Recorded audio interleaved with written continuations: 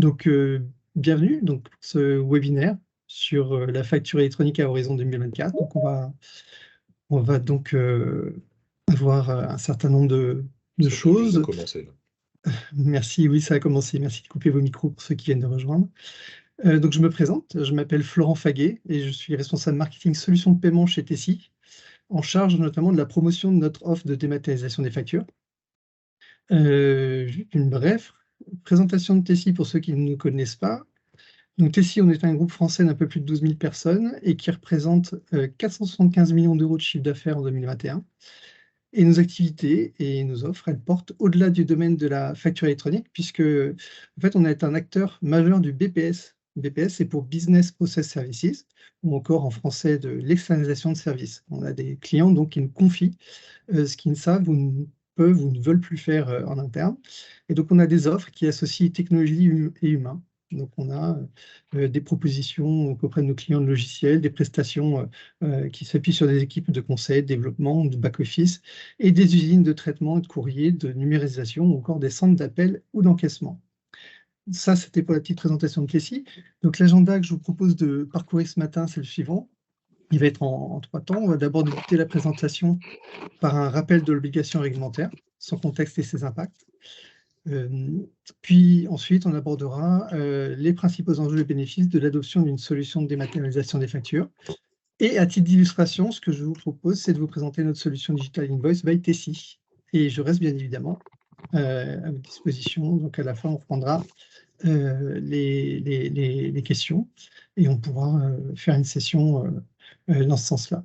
Donc parce que j'entendais un petit peu de son, je vous rappelle de bien couper vos micros, c'est toujours mieux. Je vais commencer notre session par un rappel du contexte réglementaire donc, qui est lié à la facture électronique. Et tout d'abord et en préambule, avec quelques éléments qui sont relatifs à la facture en France. En France, donc, la facture, ça concerne 4 millions d'entreprises qui s'échangent près de 2,5 milliards de factures par an. C'est quand même pas mal de volume. Et parmi ces milliards de factures échangées, et malgré l'existence d'alternatives numériques, on a encore une bonne partie des entreprises qui utilisent du papier. Quand on parle d'alternatives numériques, en fait, on fait dorénavant référence à la facture électronique. Donc, un petit rappel sur ce que c'est, notamment avec une petite définition. La définition d'une facture électronique, donc c'est une facture qui est émise, transmise ou reçue par voie électronique et qui comporte un socle minimum de données sous format structuré. Alors, c'est-à-dire qu'elle est interprétable par une machine. Son contenu, il doit correspondre à celui d'une facture papier en comportant à minima un ensemble de mentions obligatoires. Pour être conforme, elle doit respecter 3 principes. D'abord, celui de garantir l'authenticité de son origine, c'est-à-dire prouver l'identification de l'émetteur. Ensuite, celui de garantir l'intégrité du contenu, c'est-à-dire garantir que celui-ci ne soit ni modifié ni modifiable. Et enfin, elle doit être lisible, ou du moins être accompagnée d'un lisible. Pourquoi je vous en parle? Une facture numérisée, pour vous donner un exemple, c'est-à-dire une image ou un simple PDF, c'est pas considéré comme une facture électronique. Je vous donne un exemple de ce qui se passe souvent, enfin ce qui se passait et ce qui se passe parfois dans les entreprises. Vous recevez une facture papier de la part d'un de vos prestataires, vous la scannez, puis vous envoyez le PDF par email à votre comptable fournisseur qui va l'archiver. Là, on n'est pas dans la facture électronique. Donc, en fait, je vous en parle pourquoi? Parce qu'il y a un amalgame, il y a bien un amalgame entre la facture numérisée et la facture électronique qui existe. D'ailleurs, il y avait une étude en 2021 qui révélait que 3/4 des entreprises déclaraient faire de la facture électronique, alors qu'en fait, seul un tiers le faisait en réelle conformité. Donc en conformité de quoi? Eh bien, de la réglementation, notamment de la loi de finances 2020 et sa loi rectificative de 2022. Et je vous propose donc de revenir sur ces éléments de conformité. Vous pouvez regarder si ça a été fait. Excusez-moi, est-ce que vous pouvez couper votre micro, s'il vous plaît? C'est-à-dire? Je vais peut-être retrouver le monsieur pour lui couper son micro. Ouais, mais ça vous prend une seconde de C'est regarder monsieur si ça a été fait. Laconche. Hop, voilà, j'ai coupé son micro. J'espère qu'il m'en voudra pas. Donc, en ce qui concerne les réglementations qui sont relatives à la facture électronique, existent depuis longtemps, même depuis 2008. Mais jusqu'en 2019, elles ne concernaient essentiellement que les transactions en B2G, c'est-à-dire celles effectuées avec le secteur public, et donc l'État, les entités du secteur public et leurs fournisseurs, qui, je pense qu'une partie d'entre vous le savent, depuis 2017, doivent transmettre et déposer leurs factures au format électronique sur un portail qui est appelé Chorus Pro. C'est donc en 2019 que l'État annonce son intention d'étendre cette obligation à toutes les entreprises. Donc cette volonté, elle se concrétise ensuite en 2021, avec l'ordonnance du 15 septembre 2021 de la loi de finances 2020, avec une mise en application d'abord annoncée pour 2023, puis repoussée en 2024. La date, elle va plus être repoussée. On est dans les, entre guillemets, dans les groupes de travail avec la DGFiP et la IFE. Il n'y aura plus de décalage. Et donc, toutes les entreprises vont devoir passer à la facture électronique. Cette transition, elle va devoir se faire selon un calendrier de déploiement qui est déjà défini et selon des modalités de mise en œuvre qui ont été précisées par l'État l'été dernier. L'entrée en vigueur, justement, elle est différée selon les entreprises et leur taille pour leur permettre de s'approprier le dispositif dans les meilleures conditions, et elle est progressive pour tenir compte de la maturité numérique des entreprises notamment. Alors, comment ça se traduit du côté du calendrier de déploiement? Alors, côté réception, tout le monde, toutes les entreprises devront être en mesure de recevoir les factures électroniques dès le 1er juillet 2024.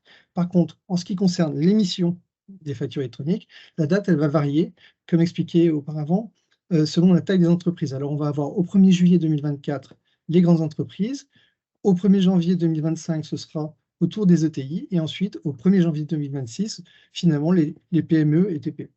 Alors, pourquoi cette obligation? On peut se poser la question. L'État cite plusieurs objectifs pour le justifier. Tout d'abord, le besoin de lutter plus efficacement contre la fraude à la TVA, le dispositif permettant de mieux détecter plus rapidement la fraude. Et ensuite, celui d'obtenir un pilotage plus efficace de l'activité des entreprises, alors notamment grâce à des transmissions de données en quasi-temps réel, puis le fait de simplifier la vie des entreprises en leur facilitant leur déclaration de TVA. Et enfin, grâce à un allègement de la charge administrative liée aux déclarations et à cette automatisation, cette obligation elle a pour but de renforcer leur compétitivité. Donc la réglementation, elle oblige les entreprises à passer par des moyens informatisés pour déclarer leur TVA pour déclarer leur TVA à l'administration. Dans sa mise en pratique, la mise en œuvre de l'obligation réglementaire, elle va créer de nombreux changements. Je propose de les évoquer. Alors tout d'abord, sa mise en œuvre constitue un chantier considérable pour l'administration. Elle représente de vrais enjeux de transformation pour les entreprises, c'est pas neutre. Ensuite, en cible de ce chantier, le dispositif de déclaration nécessite la mise en œuvre d'une plateforme centralisatrice de type Chorus, sur la base, ou en tout cas inspirée de Chorus Pro, la plateforme actuellement donc en construction. C'est une plateforme qui est en construction, qui a fait l'objet bien évidemment d'une consultation auprès des différents acteurs et qui est actuellement en construction. Il y a un système aussi de invoicing qui doit être mis en place pour la remontée des flux de TVA issus des factures B2B domestiques, et un système de e-reporting qui doit être mis en place pour la transmission des données de TVA qui sont, elles, issues des transactions B2C et B2B, mais vers depuis l'international. J'en reparlerai un petit peu tout à l'heure. Et finalement, cette réglementation, elle annonce aussi la fin progressive de la facture papier au profit de formats digitaux. On verra lesquels un peu plus tard. Donc ça, c'est ce qui change. Il y a aussi un certain nombre d'éléments qui ne changent pas, notamment la durée de conservation des factures, avec un archivage d'une durée légale de 10 ans en France, pour rappel. Reste aussi inchangées les conditions de numérisation des factures papier et celles permettant leur destruction, c'est toute cette notion de copie fiable. De même, ne disparaît pas l'obligation de documentation relative à l'épisodie fiable, qui reste d'actualité, ainsi que les règles spécifiques à l'EDI fiscal et celles relatives à la signature électronique, notamment celles signées RGS 2 étoiles et 3 étoiles. Et enfin, bien entendu, l'administration garde son droit d'enquête et de contrôle. Alors, qui est concerné par cette réforme? Sont concernés tous les assujettis à la TVA, même les non redevables, comme les auto-entrepreneurs en base, et ne sont pas concernés les opérateurs étrangers qui ne sont pas établis en France, ainsi que les opérations ne donnant pas lieu à une facturation car exonérée.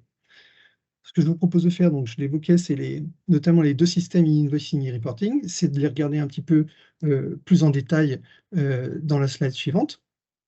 Donc la DGFiP et la IFE ont bien défini deux dispositifs de transmission des données à l'administration fiscale.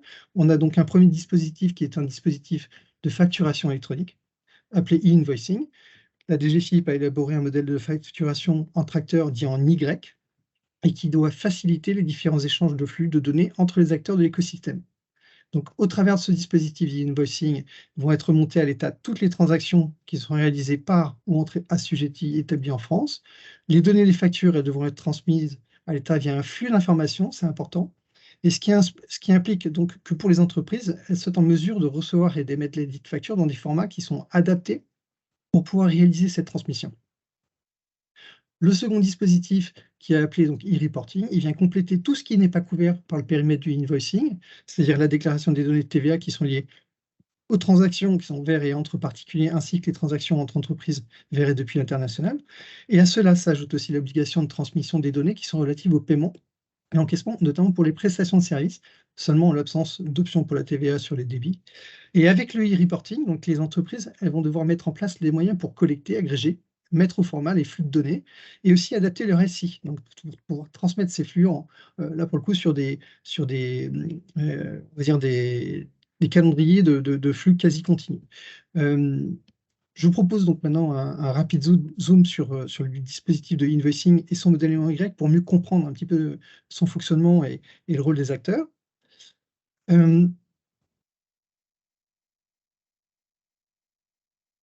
Le cœur du dispositif d'e-invoicing, donc c'est la réalisation par l'État d'une plateforme de type Chorus Pro, je l'évoquais tout à l'heure, donc qui est en bleu sur le schéma et qui est appelé PPF. PPF pour Portail Public de Facturation. Le PPF, c'est quoi? Donc, c'est une plateforme dont le rôle est de centraliser toutes les informations issues des déclarations. Donc, c'est aussi le principal acteur qui est habilité à dialoguer avec l'administration fiscale. Il va assurer le transport des données de collecte de TVA et de paiement vers la DGFiP. Le portail public de facturation donc, représente un service, mais qui est étatique et gratuit, et dont l'accès est gratuit et qui est proposé donc, aux entreprises pour déposer ou saisir ces factures, ainsi que pour les recevoir. Autour de ce portail public, il y a tout un écosystème d'acteurs. On a bien sûr les entreprises avec d'un côté les fournisseurs qui vont émettre leurs factures et de l'autre les acheteurs qui vont les recevoir et devoir les payer. Et ensuite, côté prestataire, ou en tout cas partenaire de cet écosystème, on a ce qu'on appelle des opérateurs de dématérialisation, qui sont des intermédiaires techniques proposant des services liés à la dématérialisation des factures. Et en plus de ce qu'on appelle ces OD, ces opérateurs de dématérialisation, on a ce qu'on appelle des PDP. PDP pour plateforme de dématérialisation partenaire. Qu'est-ce que c'est? Ce sont des OD, mais qui, en plus de proposer des services techniques, vont agir comme des tiers de confiance, qui sont autorisés à transmettre directement les factures aux autres PDP, ainsi qu'à l'administration. Donc, pour déposer ou récupérer leurs données de facturation, les entreprises elles vont devoir établir une connexion, c'est important, donc avec l'administration fiscale. Et elles vont avoir plusieurs choix. Elles vont soit pouvoir se connecter directement au portail public de facturation, donc en direct d'elles-mêmes ou en s'appuyant sur les services d'un ED, ou à travers des services d'une plateforme de dématérialisation partenaire, donc d'une PDP. Parmi les éléments de ce dispositif, on peut aussi mentionner l'existence d'un annuaire centralisé qui, en fait, est construit à partir des numéros de sirène des entreprises et il va contenir l'ensemble des destinataires des factures. Son rôle, donc, ça va être de faciliter l'adressage des factures, donc d'en faire l'aiguillage. C'est donc un référentiel qui est extrêmement important, qui va être mis à disposition des entreprises et des PDP, avec la liste de toutes les entreprises et leurs modalités de réception. Avec ce modèle en Y, pour que vous voyez de quoi on parle quand on parle de Y, le gouvernement, il veut quoi? Il veut pouvoir laisser le choix aux entreprises entre d'un côté un accès gratuit à un portail public qui va proposer un service fonctionnel basique et minimal, et donc celui de pouvoir faire appel à des opérateurs de dématérialisation qui en tant que PDP, avec un statut de PDP, pourront leur permettre de conserver leurs flux, notamment flux EDI existants, et d'accéder à des services à valeur ajoutée autour de la facture électronique. Mais j'y reviendrai un peu plus tard sur ce type de facture. Comme évoqué précédemment sur le schéma en Y, on a donc différents cas de connexion qui sont possibles. Alors, soit l'entreprise, elle va passer directement par le PPF ou par un OD connecté au PPF, ou même un OD qui peut être en partenariat avec une PDP. Soit l'entreprise, elle passe par les services d'une PDP en direct. Alors, qu'est-ce qui va distinguer le rôle d'une PDP de celui d'un simple opérateur de dématérialisation? Alors, tout d'abord, une PDP, elle va remplir un rôle étendu, qui va être à la fois technique, un rôle commercial, et celui de tiers de confiance. Côté technique, alors elle va créer, collecter, centraliser les factures et assurer leur archivage, pas seulement. Elle va aussi pouvoir directement recevoir, mais aussi émettre et contrôler des factures électroniques entre entreprises, les factures fournisseurs, factures clients, avec la complexité liée à des adressages au PPF ou à d'autres PDP. Elle va aussi devoir convertir les factures reçues dans le format choisi par le client. C'est le client qui donne ses conditions de réception, en assurant l'intégrité des données, leur authenticité, leur lisibilité et leur exhaustivité. Elle devra aussi extraire et transmettre, c'est son rôle premier, à l'administration fiscale, et dans le cadre du invoicing, les données de facturation, donc identification du client, du fournisseur, la TVA, du taux de TVA appliqué, et dans le cadre du e-reporting, les données de paiement et des informations de transaction. Elle aura aussi pour rôle la mise à jour de l'annuaire pour le compte de ses clients. Et elle pourra, de surcroît, surtout apporter des services à valeur ajoutée complémentaires à la mise en conformité de la facture. Donc un des points cités juste avant, il est plutôt important pour comprendre l'intérêt d'une PDP, c'est la notion de directement. Il n'y a donc pas d'intermédiaire. La PDP pourra transmettre directement les factures électroniques à leur destinataire et transmettre les données extraites des factures à l'administration. Le D, lui, il ne pourra pas. Il aura un rôle d'intermédiaire qui sera essentiellement technique, qui sera en amont du PPF. Si l'entreprise choisit de s'appuyer sur des prestations de l'ANOD, l'entreprise devra donc, par exemple, dans le cadre de l'émission de facture, s'assurer que la facture arrive bien à son destinataire. Il va y avoir d'autres maillons de la chaîne qui lui apporteront pas forcément la visibilité qu'elle pourrait avoir avec une PDP. Donc un risque accru de litige, ou en tout cas, même chose côté reporting. Autre point de différence concerne la gestion des statuts. La plateforme de dématérialisation partenaire, elle va être en mesure de recevoir directement et retourner automatiquement les statuts du cycle de vie de la facture qui va provenir des autres PDP ou qu'elle va récupérer du PPF. Donc, elle va pouvoir avoir cette vision globale dans le processus de facturation. Quatrième différence, c'est qu'en choisissant une PDP, une seule démarche est nécessaire aussi. Ce que j'expliquais tout à l'heure, on va contractualiser avec la PDP qui va se charger ensuite d'inscrire et mettre à jour automatiquement les coordonnées d'entreprise dans l'annuaire officiel et de faire les démarches de transmission telles que définies au sein de l'annuaire. Et d'un autre côté, par contre, une entreprise qui va choisir de passer par un OD aura plusieurs opérations, en tout cas plusieurs dimensions contractuelles à effectuer. Il va y avoir ce compte avec l'OD, il va y avoir le compte côté PPF, il va y avoir la délégation à fournir, et même s'il a un partenariat avec une PDP, potentiellement, aussi quelque chose à contractualiser, en tout cas à effectuer de ce côté-là. Et enfin, donc, une PDP, pour obtenir son statut, elle doit passer par un audit. Un audit et recevoir une immatriculation qui va être valable 3 ans. Aujourd'hui, il n'existe pas de PDP. Il n'y a que des acteurs candidats PDP qui émettent des déclarations d'intention. Bah oui, en fait, la période de certification des PDP, elle ne va pas démarrer avant janvier 2024. Donc, en fait, les acteurs ils vont être certifiés dans la même année. Et compte tenu des contraintes pour devenir PDP, on ne sait toujours pas qui obtiendra cette certification. On peut avoir un gros indice de confiance sur les capacités de certains acteurs. Ce qu'on pressent en tout cas, c'est qu'il ne devrait pas y en avoir plus d'une trentaine. De notre côté, en tout cas Tessie, nous on s'est déjà mis en ordre de marche afin de se donner toutes les chances de le devenir. Donc on participe de façon très, on va dire très proche auprès des différents groupes de travail et avec les acteurs qui seront notamment dans ces processus de certification et d'audit. Quoi qu'il en soit, ce qui est sûr, c'est que faire appel au service d'une PDP, ce sera un gage de sécurité pour vous et de confiance, notamment sur la notion de sécurité. Les OD, eux, ils seront soumis à aucun contrôle. Donc, ce sera à l'entreprise d'évaluer le sérieux de l'acteur avec lequel elle travaille.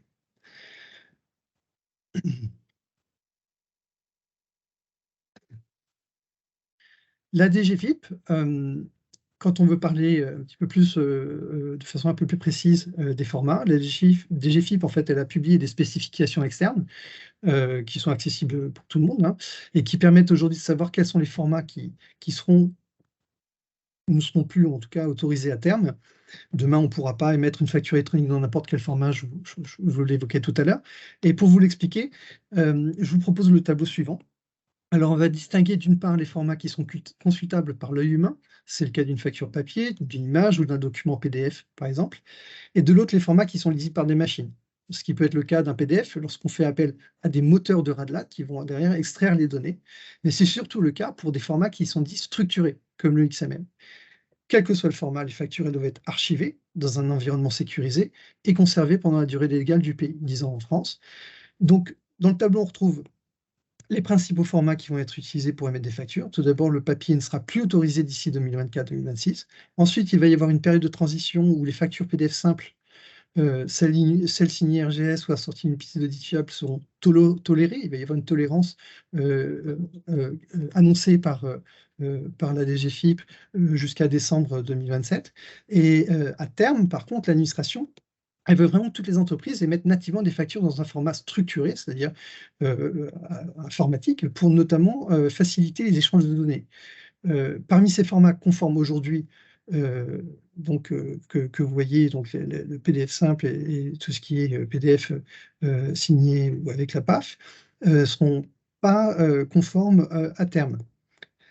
L'administration, elle a prévu donc un socle minimal de 3 formats qui répondent à la norme européenne EN 16931 et qui sera obligatoire de savoir s'échanger en 2024. Alors, de ces 3 formats, on retrouve 2 formats d'EDI fiscal, l'un basé sur l'XML UBL et l'autre sur l'XML C2I. Ces 2 formats, ils ont un intérêt.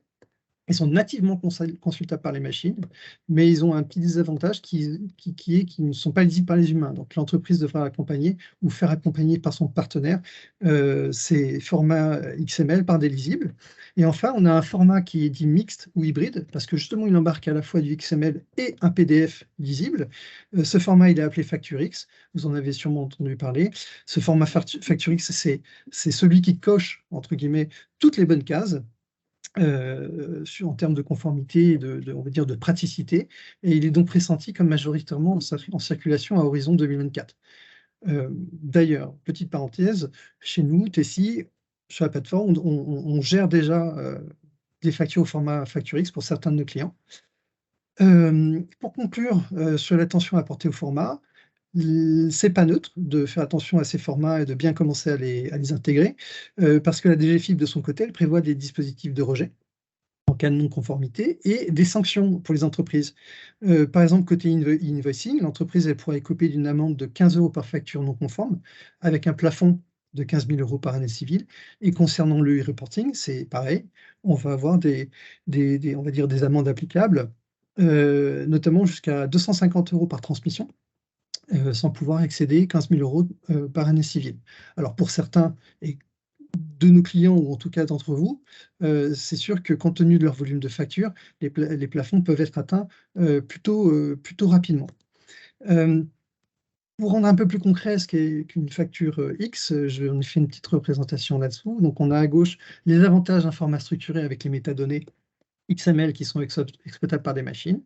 Mais là, c'est difficile pour un comptable de s'y retrouver. Et à droite, une consultation possible par l'œil humain, où là, pour le coup, un comptable va pouvoir ouvrir le fichier, regarder les détails, et même passer ou s'en servir pour réaliser des corrections ou des modifications lors d'une session de vidéocodage.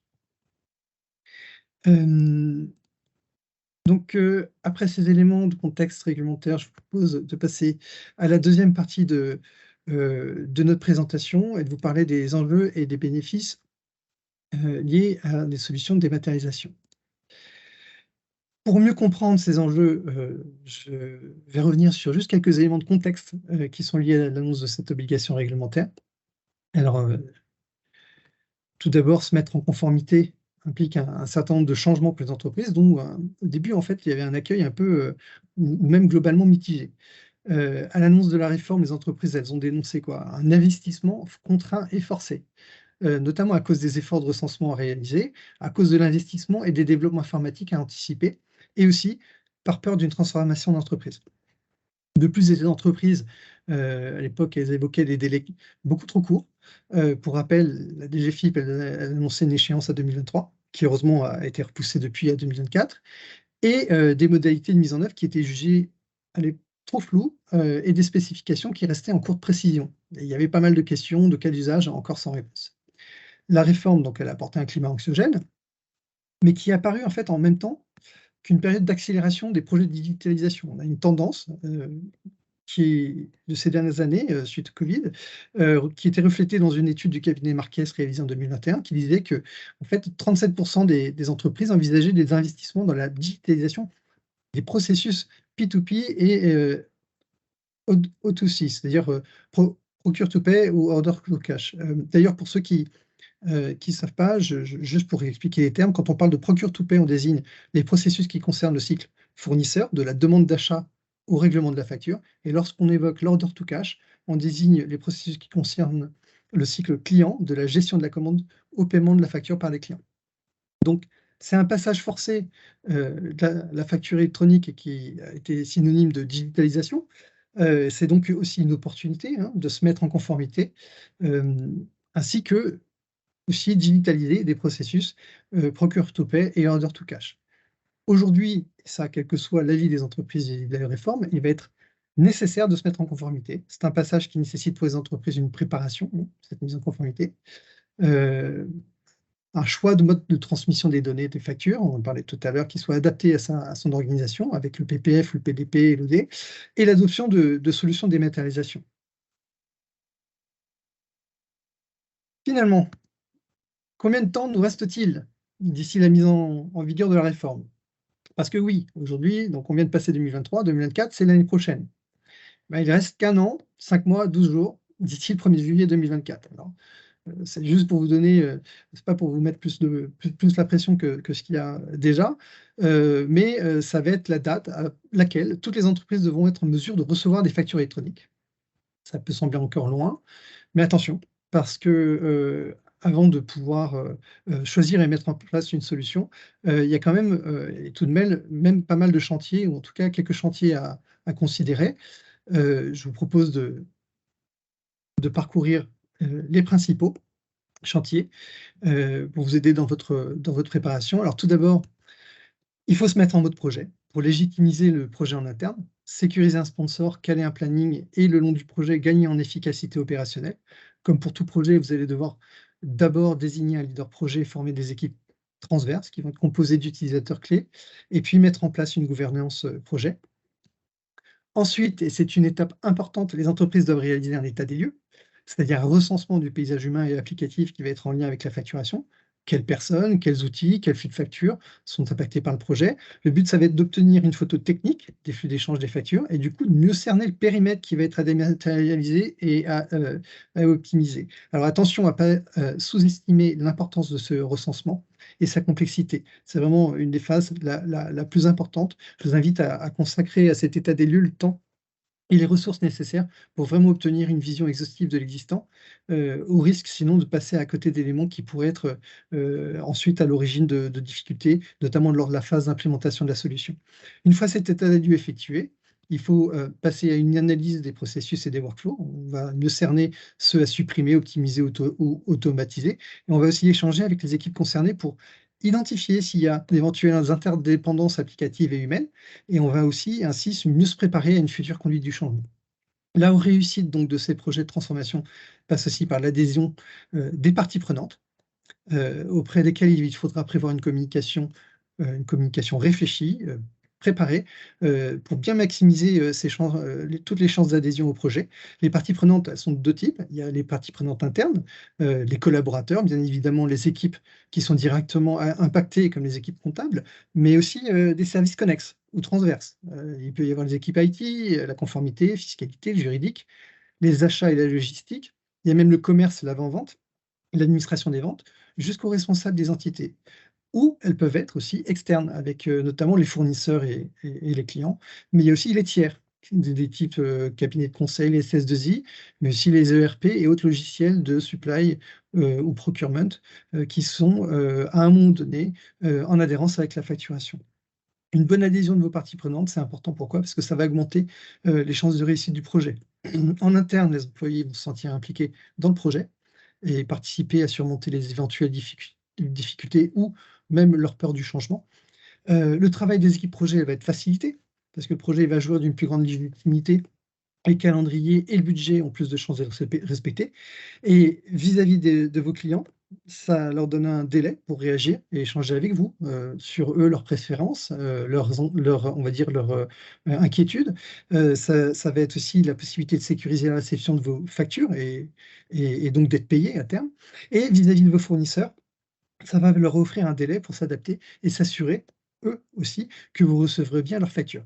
Pour finir, vos tiers, euh, ils apprécieront d'être mis au courant et ils seront plus proactifs pour vous accompagner ou pour vous accompagner ou pour anticiper de futures demandes d'adaptation de leurs outils. Dans le schéma en Y du e-invoicing, le bon aiguillage des factures, il se fait donc au travers de l'annuaire des entreprises. Le bon échange des factures entre entreprises, il va s'effectuer qu'à condition que les données d'identification dans vos référentiels soient bien déclarées et identifiées d'une part et d'autre en fait. Donc, une entreprise qui va être mal identifiée ou là où vous n'aurez pas les bons référentiels qui seront bien à jour, il ne va pas recevoir votre facture. De même que vous n'allez pas la recevoir s'il n'a pas les bonnes informations. Donc, il y a toute une importance aujourd'hui sur la notion de référentiel et la mise à jour de vos bases. Autre exercice important, il est de se donner donc les moyens pour définir sa solution de dématérialisation cible, c'est-à-dire d'exprimer ses besoins. On va au préalable du projet concerné, donc bien cerner les enjeux existants et définir les objectifs clairs de ce que l'on souhaite obtenir de cette dématérialisation. C'est important de donner un message clair déjà en interne et de savoir aussi derrière pouvoir savoir vers quel type de solution on veut s'orienter. Il va être aussi nécessaire de challenger vos capacités de réalisation en interne et évaluer l'accompagnement dont vous auriez besoin pour la réalisation de vos objectifs. Il ne faut pas avoir peur de se faire aider, qu'il s'agisse de vous appuyer sur une expertise en interne ou sur un accompagnement externe si nécessaire.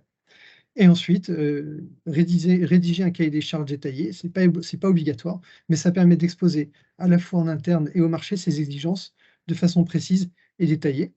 Donc, c'est plutôt important.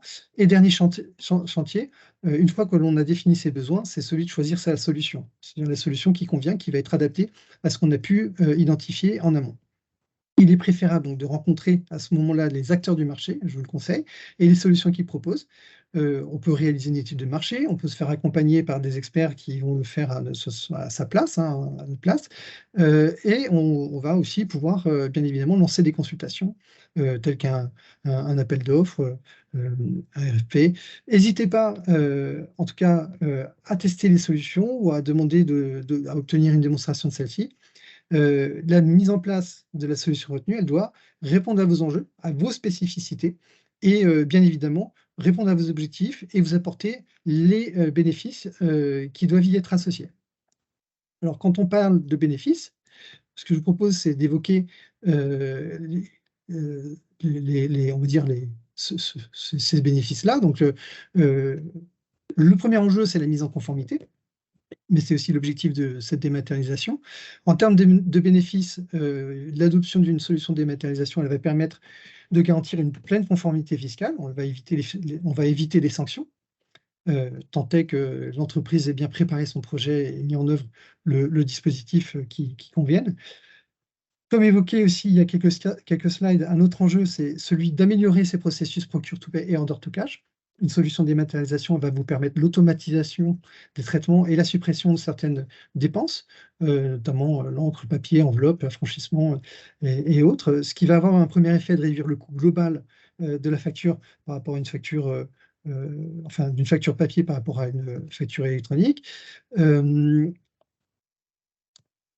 On a un coût global unitaire facture qui peut descendre drastiquement, puisqu'on est jusqu'à 75% de réduction des coûts selon le projet. Et en plus de ces gains, on va avoir une digitalisation des workflows qui va permettre d'améliorer l'efficacité des processus métiers et la réactivité du circuit de décision. Donc, on va gagner en temps de traitement qui vont être raccourcis. Les tâches manuelles laborieuses, elles vont être automatisées. Donc, vos équipes métiers, elles vont pouvoir se concentrer sur des tâches à plus forte valeur. Ensuite, troisième enjeu clé, la mise en place d'une solution de dématérialisation de factures va vous permettre d'optimiser la relation fournisseur et la relation avec vos clients, les interfaces métiers ou les portails fournisseurs aux clients qui sont fournis par les solutions de dématérialisation. Elles offrent un suivi du statut des factures et de leur mise en paiement ou au règlement. Et ces interfaces, elles embarquent en plus, pour certaines, des messageries intégrées. Donc, autant d'éléments qui vont rassurer fournisseurs ou clients, ou même vos équipes, et qui vont éviter des situations un petit peu compliquées ou de litiges, ou même des réclamations, notamment du duplicata. Donc, un autre enjeu majeur, c'est celui de se faire payer et de payer, ou de se faire payer en tout cas plus vite. Une solution de dématérialisation de factures fournisseurs va donc permettre de réduire votre DSO et donc les délais de mise en paiement aussi, notamment grâce à la digitalisation des workflows métiers et des circuits de validation. Et côté facture client, on va avoir donc une gestion des encaissements, de l'émission déjà plus rapide, un encaissement et des rapprochements qui vont être automatisés ou en tout cas accélérés, et un suivi notamment de la réception de la facture ou du rejet, hein, qui va vous permettre de réagir plus rapidement. On a donc des mécanismes de relance et des messageries qui vont permettre notamment de prévenir ou d'aller aussi régler un certain nombre d'impayés. Un autre enjeu, ou en tout cas un cinquième, c'est celui de la sécurité. On a des solutions de dématérialisation qui manipulent des données de factures digitalisées. On évite donc les risques de perte et d'altération documentaire, et on peut définir et mettre en place un certain nombre de contrôles réglementaires et métiers. Donc, il y en a qui sont bien évidemment logiques par défaut, et puis il y en a d'autres qui sont propres à vos besoins.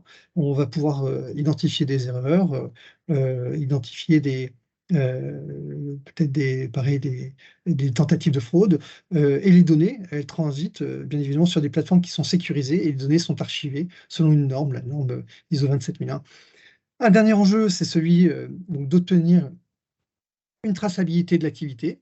Et c'est le cas. Les factures étant dématérialisées, signées et archivées, les données elles sont exploitables par les machines et consultables au travers d'interfaces ergonomiques qui sont pourvues pour la plupart de dashboards d'un certain nombre d'outils de recherche. Donc, pour conclure, et comme on vient de le voir, la dématérialisation des factures, elle permet de répondre à de nombreux enjeux, mais elle apporte surtout de nombreux gains qui vont aller au-delà en fait, d'une simple mise en conformité. Pour illustrer donc plus concrètement tous on va dire ces types de services qui sont proposés par les solutions de dématérialisation, je vais essayer de vous faire découvrir notre solution Digital Invoice by Tessie. Notamment donc avec la solution Digital Invoice by Tessie, qui est une solution SaaS. SaaS qui se présente sous la forme d'une plateforme qui est elle-même modulaire et qui va être personnalisable, notamment pour traiter l'ensemble de vos flux. Elle va permettre la digitalisation des flux de factures et ceux aussi, pas que les factures, mais aussi ceux qui sont liés à la facture. Alors, ça peut être les bons de commande ou les bons de livraison. Elle va être en capacité de traiter tous les formats et de capturer et émettre les factures, quels que soient les canaux. Elle repose sur un socle de confiance qui permet de garantir l'authenticité et la sécurité des données. Et la solution est interopérable avec les acteurs du marché et propose des interfaces et des outils de pilotage et de suivi de l'activité facture. Je vais vous montrer, enfin, on va voir ensemble comment la plateforme réalise le traitement donc, des factures, plutôt factures fournisseurs d'abord. La première étape donc, de comment va fonctionner ce traitement, la première étape, ça va être d'alimenter l'application métier. Donc, on va avoir une phase d'acquisition des données qui sont issues des factures. On va être en capacité de réceptionner tous les flux tout type de flux. On va avoir un traitement électronique qui peut être de l'email ou de l'EDI, ainsi que la mise à disposition d'un portail fournisseur spécialisé à vos couleurs pour l'upload ou la saisie des factures par les fournisseurs. Ça peut être aussi du flux papier, notamment le flux résiduel qui serait lié aux transactions B2B à l'international, qui peut être traité chez Tessie, puisqu'on a des centres de traitement et d'éthique pour ça, où on va être en charge de la réception et de la numérisation des factures. L'acquisition des données peut être effectuée depuis différents formats, PDF, XML, FactureX. Ensuite, le traitement il va s'adapter aux spécificités métiers de votre organisation. Donc, grâce à des moteurs de OCR et d'extraction, on va extraire les données, des données d'entête et de pied de page, si besoin, les lignes d'articles. Derrière, on va venir faire des contrôles métiers, avec par exemple la vérification de la présence de la référence sur la facture, ou, autre exemple, si la facture est avec un bon de commande, on va faire le rapprochement entre facture et bon de commande. L'idée, là, à ce stade-là, c'est d'automatiser le plus possible l'ensemble des processus. du process. On va bien sûr réaliser des contrôles réglementaires et on va être en capacité de gérer les rejets en automatique. On va envoyer des notifications de ces rejets aux fournisseurs qui sont concernés.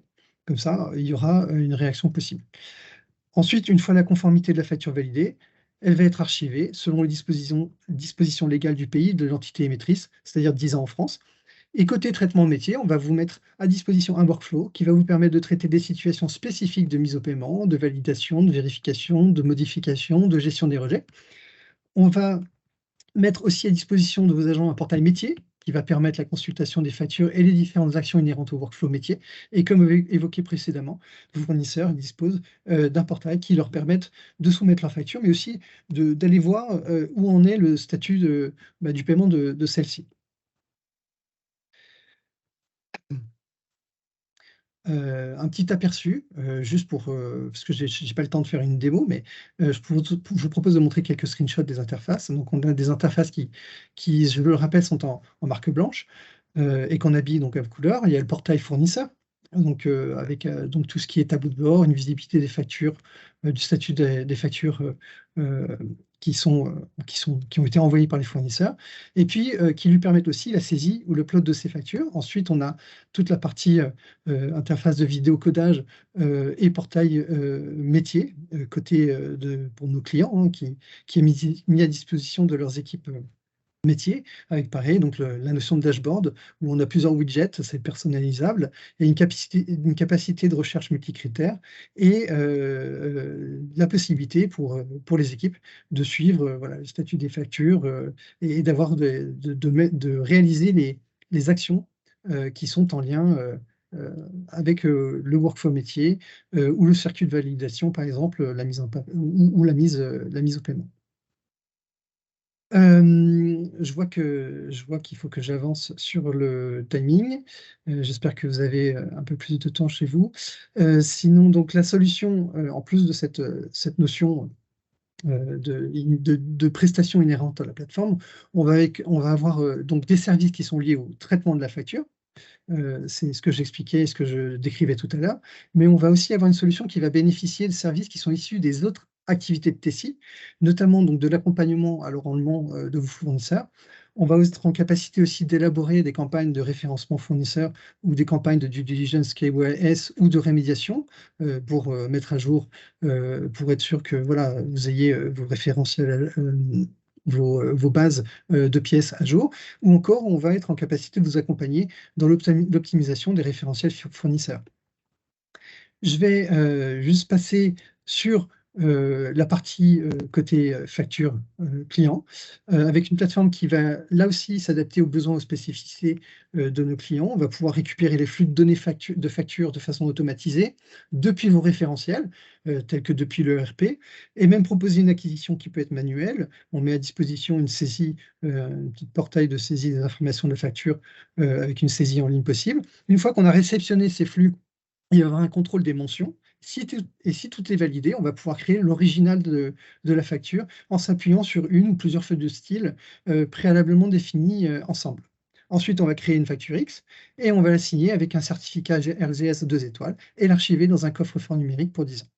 La facture, ensuite, elle est prête à être émise. Il y a plusieurs canaux de diffusion qui sont possibles. On a la possibilité d'envoyer la facture par email.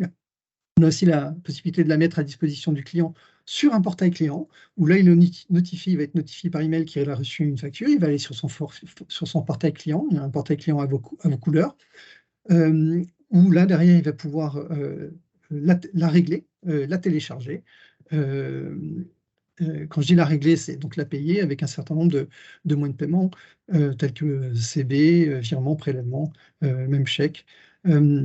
Il est aussi possible de transmettre les factures via un flux EDI ou encore de s'appuyer sur des prestations de Tessie. J'en parlais tout à l'heure, on est en capacité encore d'envoyer des factures papier, notamment pour les cas de factures qui seraient envoyées à l'international. On vient de voir donc le traitement des factures côté client.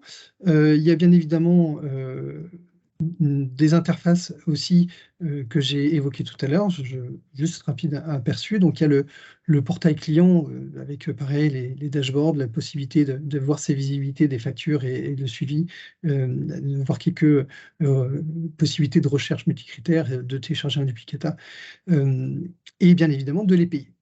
Et côté de vos équipes métiers, il y a un portail back-office qui est mis à disposition où il y a pareil ce suivi des factures émises, de quel type de moyen de paiement ou quel paiement ou de leur statut surtout voilà, et correspond à telle ou telle facture. Et ce qui est intéressant aussi, c'est la possibilité donc pareil d'avoir une messagerie intégrée au sein de ces interfaces, ce qui permet donc au client ou à vous-même, à vos équipes, de contacter le client pour éventuellement parler, et aussi à partir de cette interface d'effectuer des relances. Comme côté order to cash, et comme évoqué dans la slide précédente, donc la solution offre des services qui sont en lien avec le traitement des factures, bien entendu inhérents donc à la plateforme, et qui sont là, sous vos yeux. Et comme pour le procure to pay, côté order to cash, la solution, elle va aussi bénéficier des services qui sont issus des autres activités de Tessie. Et là, sur la partie order to cash, comment ça se matérialise? On va avoir des possibilités d'accompagnement à l'enrôlement des clients, mais aussi de pouvoir mettre en œuvre des campagnes et avec des prestations de recouvrement à l'amiable. On va aussi le service et les prestations de lettrage des opérations, notamment issues des moyens de paiement pour lesquels le rapprochement n'est pas automatique, le virement, chèque et type SEPA. On a des services esthétiques donc, qui permettent d'effectuer des impressions sur site des factures et les envoyer par courrier. Et puis, une méthodologie et un accompagnement pour vous permettre d'optimiser vos référentiels clients. Avec la solution Digital Invoice by Tessie, on a donc une plateforme unique pour les flux à la fois order to cash et procure to pay, dont le but va être d'améliorer donc la circulation de données et l'efficacité opérationnelle. Donc, on est vraiment sur une offre, ou en tout cas sur une solution pour laquelle je vais conclure juste avec les quelques basiques et ce qui va vous expliquer un petit peu en quoi elle est un petit peu différente de celle que vous pourriez rencontrer sur le marché. Elle est constituée déjà de trois notions qui vont la rendre unique. Premièrement, c'est une solution qui est compliant by design, c'est-à-dire que dès sa conception, elle a été développée pour être en conformité avec les requis de la future réglementation. Donc, c'est assez important parce que c'est une solution du coup qui, dès le départ, s'est vue attribuer une roadmap de développement à plusieurs années qui intègre toutes les, on va dire, depuis le début toutes les demandes ou en tout cas les futurs besoins. Deuxièmement, Digital Invoice by Tessie, donc c'est une solution qui est 100% intégrée. Je m'explique. Avec cette solution, vous allez avoir que Tessie comme interlocuteur et comme interlocuteur unique, puisqu'il y a Tessie qui est à la fois éditeur, qui va être intégrateur, puisqu'on va développer et personnaliser la solution en fonction de vos spécificités SI et métiers, et aussi prestataire de services. On va aussi apporter donc une entreprise, donc une chaîne de valeur complète autour de la facture, une chaîne qui est 100% maîtrisée, essentiellement par Tessie. Et pour terminer, donc Digital Invoice, allie technologie et services. Donc, comme vu dans la slide précédente, la solution propose à la fois une plateforme modulaire qui est dotée d'un ensemble fonctionnel, mais aussi une couche servicielle qui repose sur nos équipes de développement, mais aussi de back-office, de centre d'appel, d'encaissement, de traitement ou d'éthique. Donc, ce positionnement, il va nous permettre de vous proposer une solution marque blanche qui est conforme, fonctionnellement riche, et qui va pouvoir répondre à des enjeux qui vont au-delà de la simple dématérialisation et de la mise en conformité de la facture, notamment en intégrant vos spécificités. Écoutez, juste aussi un autre élément, donc Tessie, c'est un groupe français, pour rappel, donc un acteur de proximité pour vous. On a nos propres infrastructures pour l'hébergement et l'exploitation de la solution, quand je vous parlais du bout en bout, en France. La solution compte plus de 150 clients, essentiellement donc grandes entreprises et grandes ETI, je vais y arriver, et traite plus de 14 millions de factures par an. Je suis arrivé donc au bout et à la conclusion de cette présentation. Ce que je vous propose et ce que je vous invite à faire, c'est qu'on revienne donc sur les questions qu'il aurait pu y avoir. Alors, je regarde et je me tourne vers le chat, mais sinon, n'hésitez pas à les poser.